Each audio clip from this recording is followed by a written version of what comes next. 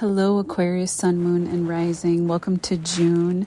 Do me a favor before we get started. You can, or after the video, you can please click on the link below for Aries, as it has the intro going over the general aspects of the month and the mundane astrology relating to the Jupiter-Pluto trine.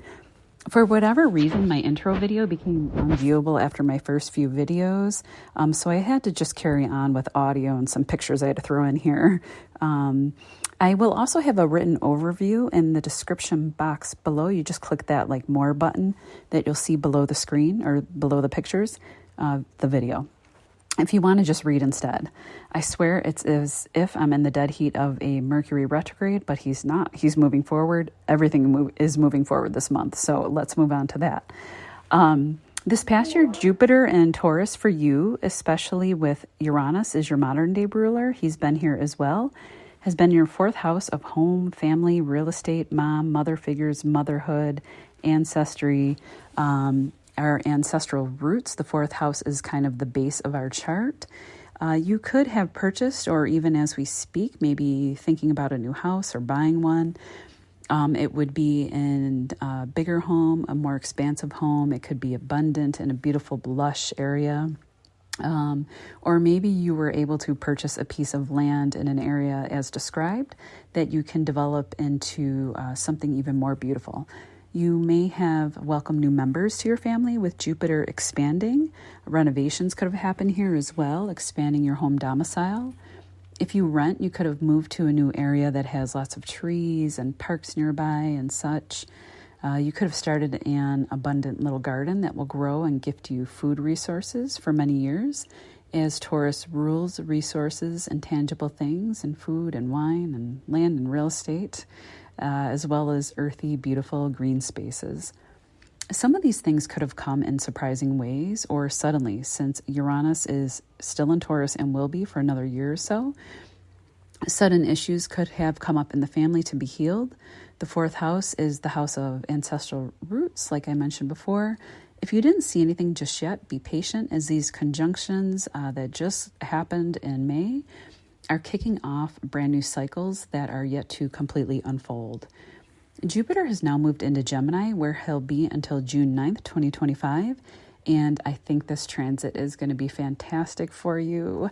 He'll be in trine with your sun, moon, or ascendant, and in your fifth house of all year of love, romance, creativity, children, speculative gains, lottery wins, the arts, sports, the stage.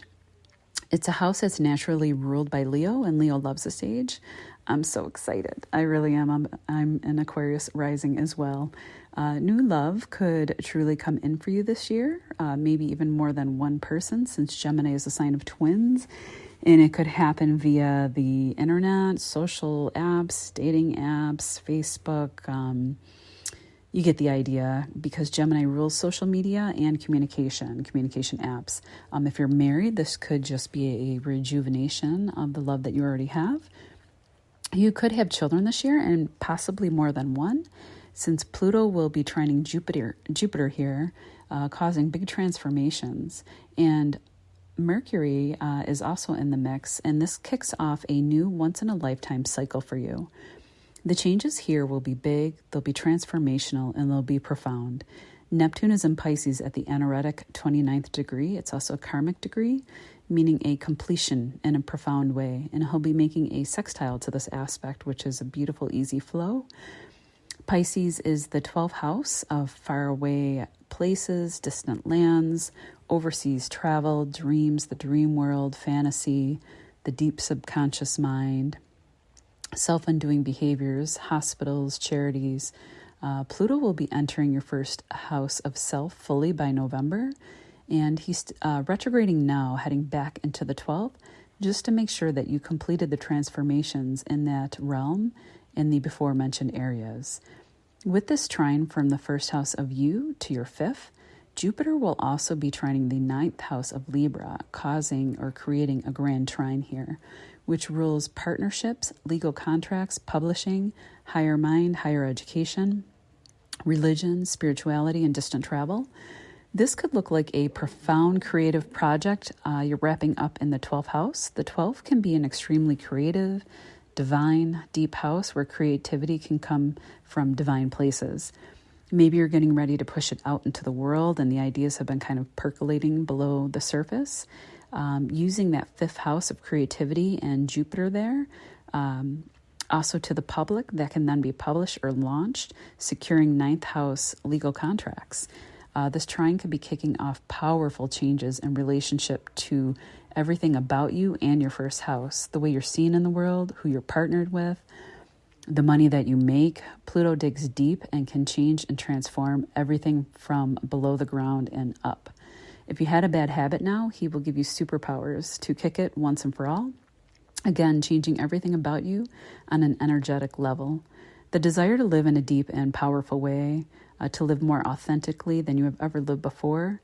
You could even be moving to a foreign or faraway place within the next year or during the cycle of Pluto in your first house over the next 20 years. One thing is for sure, your life will never be the same, and it could all be starting now.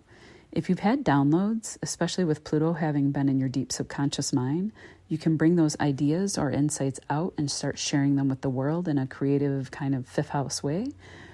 Maybe by starting a podcast or public speaking. The 9th house rules that as well.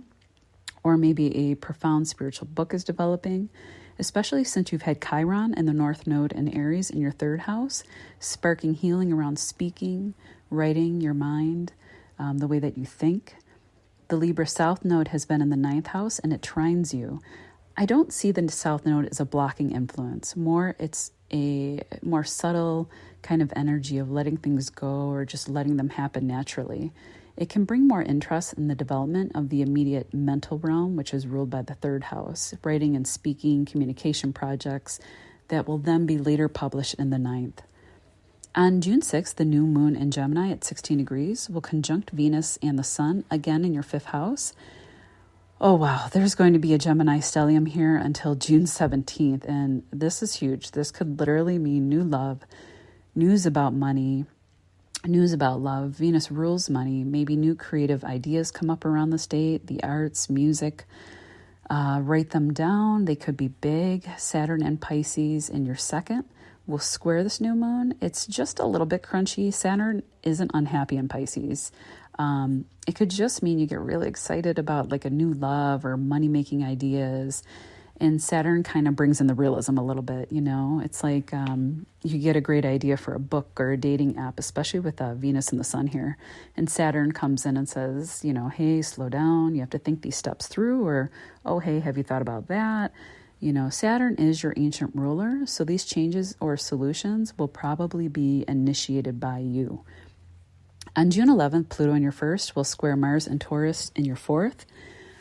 I don't know that this will be awful, but here's what to watch out for around the days before and the days after the date of June 11th.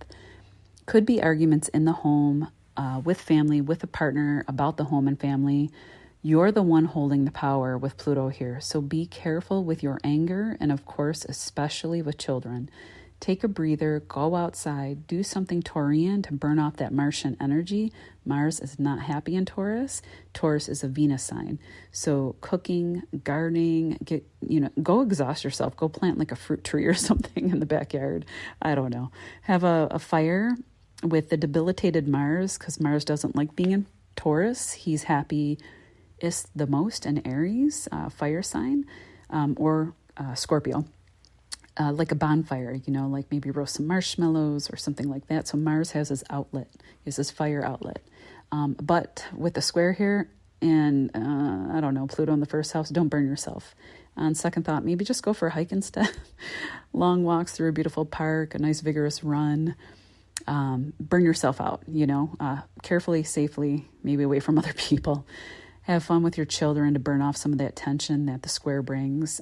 Neither planet is in domicile, and Pluto is retro. And Mars, again, he's in a Venus sign that is slow to anger. So I don't really see too much trouble, but, it's always wise to suggest being careful around this time nonetheless. On June 17th and 18th, the Sun and Mercury and Venus will all conjunct in your 5th house. Again, sudden insights, news, love could all happen now. You could get baby news, happy news for your children. If they're older, they may be getting into colleges of choice. You could really literally this month be like hitting the lottery, or some kind of like local lottery competition. Absolutely. I would 100% say go ahead, buy some tickets, just don't go broke. You can meet a new love locally or out and about in your neighborhood or online. Wow. You could, there might be a little bit of stress here from Neptune. Neptune will be squaring this aspect, but Neptune is not a malefic. Neptune is naturally ruled by Pisces, and right now he's in Pisces. Neptune just kind of casts a spell of fog or confusion or delusion around matters in the fifth. It's not, he's in his kingdom here, so just could be confusion about your fifth house topics or some nebulousness there. I don't really see it as too much to worry about. On June 20th, the sun enters your sixth house of Cancer and health and well-being, every workaday projects, health habits, service routine, and pets. It's work that you have to do, not work that you want to do. But you have to keep it ticking along to make sure, your health is up and you can accomplish and go after the dreams, which are held higher in like the ninth house and the 11th house. On June 21st, June 22nd, depending where you are in the world, the full moon in Capricorn will be in your 12th house at 1 degree, opposing your 6th house of Cancer of health and routine. You could be accomplishing a goal that you set about 6 months ago at the Capricorn new moon.